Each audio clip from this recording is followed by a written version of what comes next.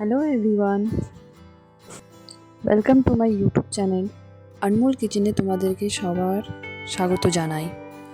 আশা করি তোমরা সকলেই ভালো আছো, আমিও একদম ভালো আছি। তো চলে এলাম আজকে একটি নতুন রেসিপির সাথে। নাম তো ঠিক তোমরা পড়েই নিয়েছো। আজকে আমি রান্না করব ভেটকি মাছের পাতুরি।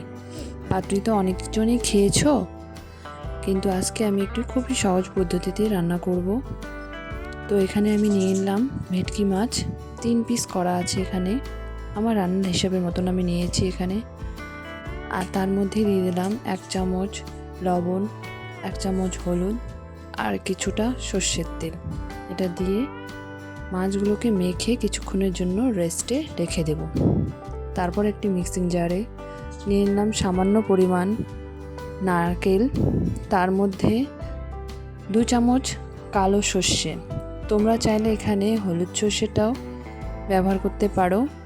আর তারই সাথে 4-5টি কাঁচা লঙ্কা মিক্সচারে এটিকে বেটে একটি পেস্ট করে নিলাম।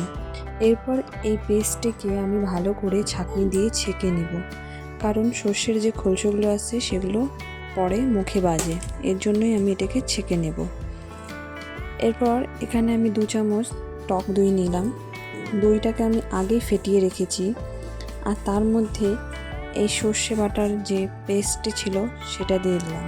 তারই সাথে এখানে স্বাদ মতন লবণ, 1 চামচ হলুদ দিয়ে মিক্স করে নিলাম। এরপর এখানে আমি একটু লঙ্কার গুঁড়ো ব্যবহার করেছি। যেহেতু আমি কাঁচা লঙ্কা বেটেছি তাই সামান্য পরিমাণে লঙ্কার গুঁড়ো ব্যবহার করেছি। আর তার সাথে কাশ্মীরি লঙ্কার গুঁড়ো 1/2 চা চামচ। এরপর আমি এখানে সেই হলুদ লবণ মাখানো মাছগুলোকে এক এক করে দিয়ে দিলাম। আর তারই সাথে এখানে দিয়ে দেব 3 চামচ সর্ষের তেল। একটু ঝাঁঝালো তেল থাকলে খুব ভালো হয়। তারপর এখানে দিয়ে দিলাম কিছু পরিমাণ কালো জিরে আর তার সাথে 2টো কাঁচা লঙ্কা চিড়ে। এরপর আমি একটা ঢাকনা দিয়ে এই বাটিটাকে ঢেকে অল্প একটু আটা মেখে আটা দিয়ে এই বাটিটার ঢাকনাটার যে মুখটা আছে সেটাকে আমরা সিল করে দিলাম। যদি বাড়িতে টিফিন বাটি না থাকে তাহলে আপনারা এই প্রসেসে সেটাকে বানাতে পারেন। এরপর এদিকে দেখেন গ্যাসের উপর একটা কড়াইয়ে আমি রেখে দিলাম, তার মধ্যে কিছু পরিমাণ জল দিয়ে দিলাম। জলটা হালকা গরম হয়ে গেলে যদি আপনাদের কাছে স্ট্যান্ড থাকে তাহলে স্ট্যান্ড আপনারা ব্যবহার করবেন। যদি স্ট্যান্ড না থাকে তাহলে এখানে দেখেন আমি একটা ছোট্ট প্লেট রেখে দিলাম।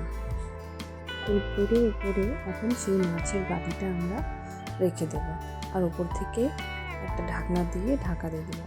ঢাকনা দেওয়ার পর মোটামুটি 5-10 মিনিট পরে ঢাকনাটা উঠিয়ে আমাদেরকে দেখে নিতে হবে কড়াইয়ে জলটা শুকিয়ে গেছে না আছে। যদি শুকিয়ে যায় তাহলে আরেকটু জল দিতে হবে।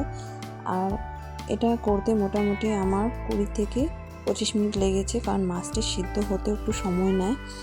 সিদ্ধ হওয়ার পর দেখুন আমি এটা নামিয়ে নিয়েছি। আর দেখুন কালারটা কি সুন্দর এসেছে এখানে। আর আটাগুলো খুব সহজেই আপনি মানে যখন বাটিটা ঠান্ডা হয়ে যাবে তখন আটাগুলো নিজে নিজেই ছেড়ে দেবে, গা ছাড়া হয়ে যাবে।